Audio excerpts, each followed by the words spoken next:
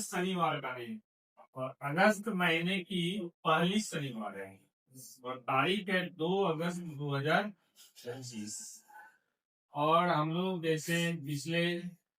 वर्षों से करते आ रहे हैं कि मुख्यमंत्री विद्यालय सुरक्षा कार्यक्रम और इस महीने की पहले शनिवार की थीम हमारी क्या है? बाढ़ से बचाव की जानकारी। ठीक है, होता क्या है कि जैसे बरसात की समय आती है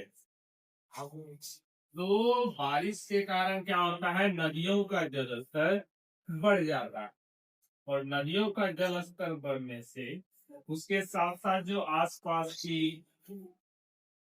बड़ी बड़ी नदियां हैं और कुछ हमारे पड़ोसी देश जैसे नेपाल, तो नेपाल में से भी पानी छोड़ा जाता है क्योंकि उसके पास भी कोसी नदी में ज्यादा पानी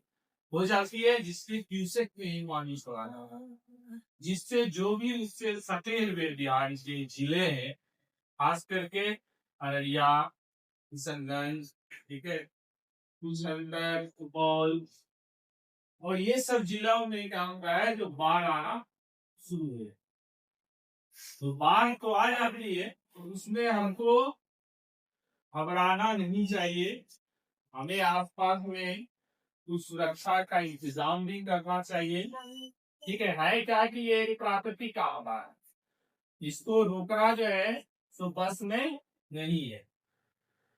रोक सकते हैं लेकिन पूरे तरीके से हम लोग सफल नहीं हो पाते हैं। ठीक है, क्योंकि ये डैम बनता है, बांध का निर्माण किया जाता है, लेकिन फिर भी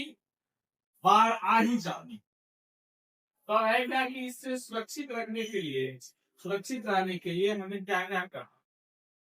सबसे पहला काम क्या है कि जैसे हमारे क्षेत्र में बाढ़ आए, तो बाढ़ आए तो इसकी खबर हमको जो भी दूरसंचार माध्यम है, चाहे वह रेडियो हो, चाहे वो टेलीविजन हो, चाहे वो मोबाइल फोन हो और चाहे यहाँ तक कि हमारे मोबाइल के इनबॉक्स में भी बिहार सरकार के तरफ से मैसेज का अलर्ट आती है,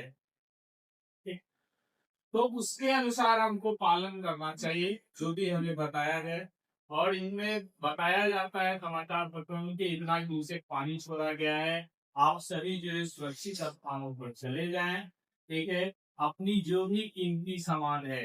अगर किसी के पास होता क्या है उसका डॉक्यूमेंट है, डॉक्यूमेंट में क्या सब रहता है, तो मान लो कि तुम्हारा मैट्रिक का सर्टिफिकेट है, आधार कार्ड है, पैन कार्ड है, इंटरमीडिएट की डॉक्यूमेंट है, इसके अगर ग्रेजुएशन की है, ठीक है, तो वो सबको एक प्लास्टिक के कवर में करके,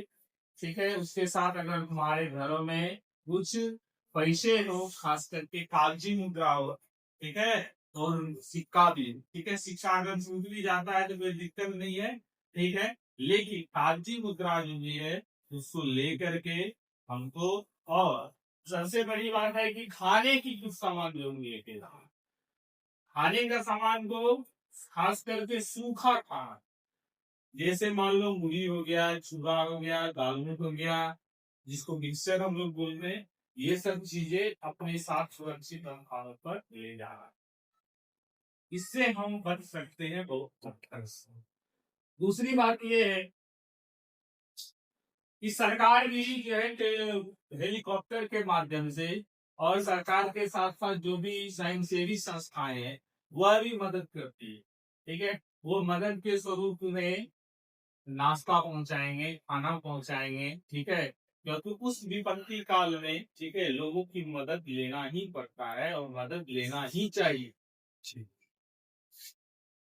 तो ये सबसे बच सकते हैं हम। उसके साथ अब क्या नहीं खाना चाहिए, अब मान लो कि तुम्हारे घर का कुछ ऐसा सामान है, खाना का चावल है, वो अगर बाढ़ के पानी से भीग जाए तो वो नहीं खानी चाहिए, क्योंकि उससे तरह तरह की बीमारियां होती हैं, क्योंकि वो तो भीग गया और बाढ़ का पानी किस किस क्षेत्र से आ रहा है, ठीक है, तो वो भी खतरनाक है। तो इसके साथ साथ जो है ये हो गया, और होता क्या है कि खास करके फूस का घर जो था ये ज्यादा रहे, मिट्टी का घर जो है, कच्चा मकान जो है ये ज्यादा डैमेज और डैमेज, तो हमको कोशिश करना चाहिए सबसे पहले कि कुछ हद तक अगर मेरे पास क्योंकि सरकार भी मदद करती है, घर अच्छी बन जाए, ठीक है, ईंट की पक्की मकान बन जाए, तो कुछ हद तक मेरी घर भी सुरक्षित रहती है। नहीं तो मेरा घर से तबाह हो। और क्या है, इसके साथ साथ पेड़ पौधे भी जो है वह भी बाढ़ में क्या होता है कि उसका जल जो होता है ना, वह पृथ्वी के अंदर तो रहता है, लेकिन पानी की इतनी मात्राएं आती है और उतनी उसकी गति रहती है तो वह पेड़ से नहीं उखड़ता। और उखड़ने के बाद क्या होता है कि वह किसी मान लो व्यक्ति पे गिर गया, तो वो सब पेड़ के नजदीक में नहीं रहना चाहिए। कोई जानवर के बगल में गिर गया, के पास नहीं रहना चाहिए, जानवर को क्षति हो जाएगी। यानी कि एक तरह की ये विध्वंसकारी समस्याएं जनमानस पर उपलब्ध होती है। इससे निजात पाने के लिए मैंने बताया कि समय समय पर जो भी रेडियो न्यूज चैनल की जानकारी रहनी चाहिए और बचाव का तरीका हम लोग और भी सुरक्षित स्थानों पर जहाँ कहीं कहीं कैंप भी लगती है, जिले के अंदर जिला अधिकारी महोदय, ठीक है, वो भी कैंप का आयोजन करते हैं। सरकार की भी तरफ से पूरी नीति व्यवस्था है, इसलिए इससे घबराना नहीं है तो प्राकृतिक आपदा, लेकिन इससे लड़ने के लिए हमको सदैव तत्पर रहना चाहिए। और हो सके तो और एक खास समस्या है, अगर कोई बच्चा या कोई बड़े आदमी या कोई बूढ़े अगर देख रहे हो कि उस पानी में डूब रहे हैं तो उसको बचाने का इंतजाम भी हम ही लोग को करना है। लेकिन अगर पहले हम सुरक्षित स्थानों पर चले जाएंगे उसके बाद अपने साथ